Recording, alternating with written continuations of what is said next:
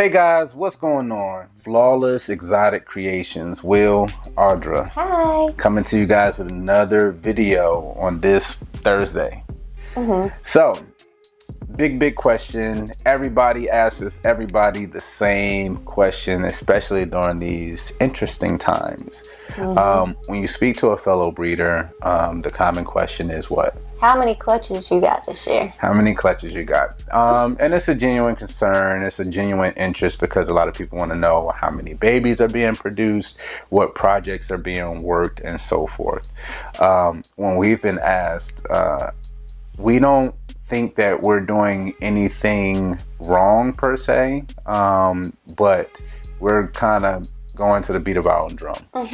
As should everyone. Absolutely. Do that. Because tell you guys something, last year we had 43 clutches. Okay, we ended up with over 200 babies, and at this point we may have one from last year that's available, maybe.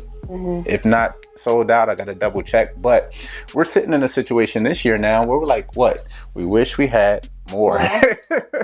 Well, it's funny because last year he said, oh, we could have up to 50 clutches because we had 50 pairings paired out, whatever. And I was like, 50? He's like, don't worry, half of them probably won't even go. Right. I'm like, by about 35, I was like, William, we have more than what you ever thought was possible this year. Now, but it's still interesting because we shot for 50, we hit 43. That was a great year. Now, the thing is, a lot of those females, I want to say maybe, I would have to sit down with pen and paper, but I say 10 to 15 of those females we ended up calling it graduating from. Yes. It's kind of the Aussie method that we learned from observing the community and what everyone is doing. Instead of growing and expanding out, which we've been doing, you have to set a ceiling. On the business side of it, you have to set a ceiling on what you don't want to go over.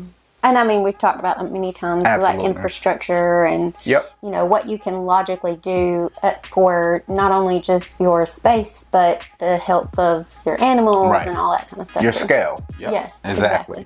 So that being said, we moved, I want to say, probably close to 15 of those breeder females, and we've held back. The whole goal of our 50 pairings last year was everything was streamlined and pointed toward a direction of having a specific holdback in those breedings.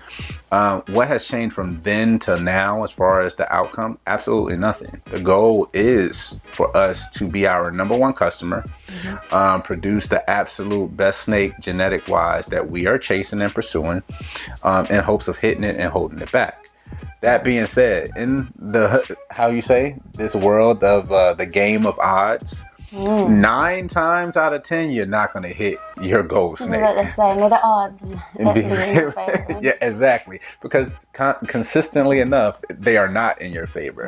And you gotta, like, a lot of times people get really upset when their year doesn't exactly go the way they planned or whatever. The end goal needs to remain the same for you guys. Like when you plan something, this is your end goal, and you know that's the ultimate pinnacle of where you want to go. Absolutely. Your end goal stays the same. It's just you have to ebb and flow with life's changes, you know, and once that happens, like, it's okay. You just back up, hunt, and redirect. There are so many roads to get to this end goal. You may not take the one straight to it. Right, which is what we talk about a lot of the time when creating a business plan. I won't go down a rabbit hole, but creating a business plan, and in short, having to alter it only because you see a different avenue or opportunity to make that business plan better. So you never leave it just concrete plan. You have to improve upon it to make the situation better. Because there will be times where there will be detours and roadblocks, but also that can be positive in nature too. It could be an opportunity rather than, oh, something went wrong. No, something went very right, and I happened to stumble upon this way of doing it, and I feel like I can, you know, develop in a better way by doing it this way, and it changes the course of what you thought you were going to do. Which was how it started last year. We still buy and produce rodents, but mostly we buy. And last year that was in the budget to buy. This year is in the budget to buy, but at the same time we would like to bring those numbers down, which is what we accomplished by breeding a lot of our own rodents to start our babies off, get them growing, get them out there. And out of 250 plus babies, we were able to retain 41 holdbacks. So those will be in the rotation in the next, some of the males, maybe the next year, the females, which is majority of it's like 90% females, it'll be in 2 to 3 years from last year. So that was the goal, was that 40. Now, the 200 plus that we missed the odds on, there you go. We have something for, for the people we always talking about vending and online. We have something to post online, which we were doing like crazy. We will be on Instagram. We will be here on YouTube, making sales there, making sales here. We haven't vended with the snakes just yet, but guess what? All those snakes, 200 plus snakes, are all gone and spoken for. So that is what you make available, but you need to make sure that at the drawing board, your pairings are pushing you ahead. You got to chase those goals, because the things that you miss, people are going to seek those snakes. They're going to need that to step their programs up. Everybody's not at the same level. We're not at a Ozzy or a Canova level, and it's people that's not at our level. We just want to make sure that we can produce things and production that's going to improve and not stay stagnant. Exactly. Which brings us to this year. Back to that question. How many clutches are you going to have? Sales are down. The industry, is it going to turn around? Oh my heavens. So most people have set back and stepped down their pairings. We have not. Everything is still going according to plan. We are full steam ahead. We are still pairing like crazy, but our pairings are very strategic and specific.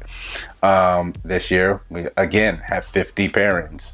If you checked out the video today, the short or the reel, I keep getting those mixed up. Yes, you see YouTube Shorts and Insta Reels. Yeah, the competition continues. Yes, the competition so continues. You would have saw that we just put into the oven clutch 15. And just to put it into perspective, what some of the pairings may be, that specific clutch, okay, we take a pod, het ultra male female, and we bred her to our Ozzy boy. Our Ozzy boy, you guys have heard us talk about him tons. I mean, he's a leopard, super inchy, orange dream, hypo pod, 66% het for ultra male. So the odds on that is going to be absolutely insane. And she gave us 7 beautiful eggs, and this is a first year breeder. So that also comes into play. Being that we are new breeders, a lot of our females that we pair may not go for us. They may not. A lot of our females that we pair that do go have smaller clutches. They got to get rolling and into their own routine. So all of these things are taken into consideration when we're doing our pairings. We're not, putting all our eggs in one basket. And kind of toning things down, because guess what? Just because we breed an ultra male pod to the Ozzy boy don't mean that female is going to lay. She may not, produce follicles or grow follicles. She may not go for us that year. So if our goal is to have 5 to 6 females for that male in that program, we're going to push forward, because we know that out of everything, whatever does go, we're going to potentially hit some incredible holdbacks. And we're also going to have some incredible animals to offer to the community and to the hobby moving forward. There will be no run-of-the-mill, for lack of a better expression, snakes that will be offered up. Everything will be pushing forward. So we have not scaled back at all. We are full steam ahead. And that's our vision. For the entire time that we've been in snakes, even when he came and said, okay, just no more than 10 snakes, which was absolutely a lie. You lied. That was a lie. He's a liar, guys. So anyway, because 10 went literally 2 months. It was 10, and then it was just boom, boom. But anyway, from the very beginning, of our program, it was always a focus on, really delving into the science of it, the genetics, not just throwing things together just because. Right. And you want to plan around the genes that you love, of course, and that you want, but also what will push the industry forward as a whole, because that's great. That's the best that we can possibly do for this community. Absolutely. Same on both sides of the equation. Like you guys know, we started crested geckos first. We try to do the exact same with crested geckos to bring them up to the level of ball pythons. But it's like you just want to focus on bettering the entire species, right? And with your vision, and that's why we jump on Morph Market and look at different combos. Yeah, we may have ingredients for certain things, and then we're looking like, I wonder how this combo looks, and you punch it in and see if anybody has it available. No, it's not up there. No, it's not on World of Ball Pythons. You look up previously sold animals on Morph Market. You're not seeing any of the combo that you're seeking, and then you get that wild bug and you're like, let's try to create that. So that also adds on to that I guess saying how people like to see things and they want what they see. There's nothing wrong with that, but you also shouldn't, in our opinion, shouldn't be trying to just strictly reproduce said combo. We could use like Pompeii, for example. The Pompeii is an absolutely beautiful, stunning combo.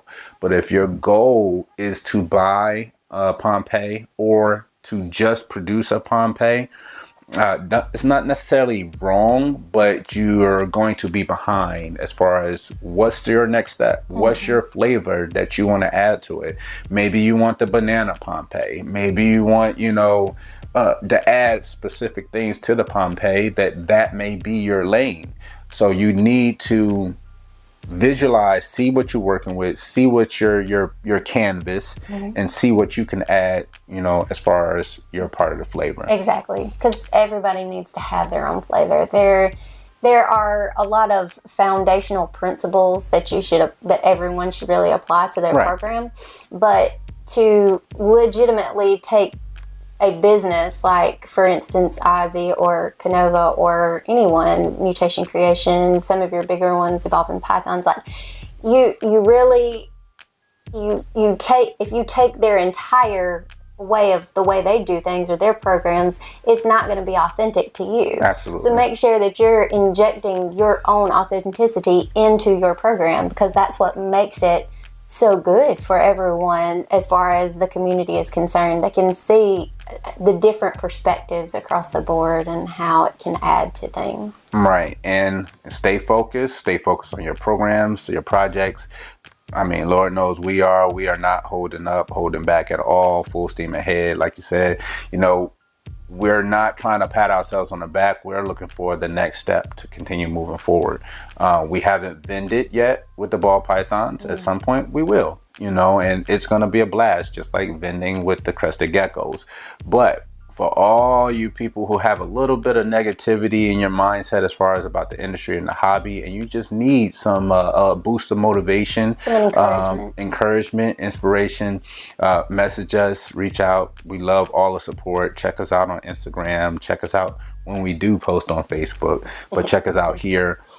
Like I said, to move that type of inventory as a new breeder in your first year, I think is really, really phenomenal. We're very thankful. We were worried at first, but we had a game plan in place, and now we're sitting here on the opposite side of it, like, wish we had more, but we don't, and it is what it is. Yeah. So it's Will, it's Audra, Flawless Exotic Creations. We love you guys, and we are out.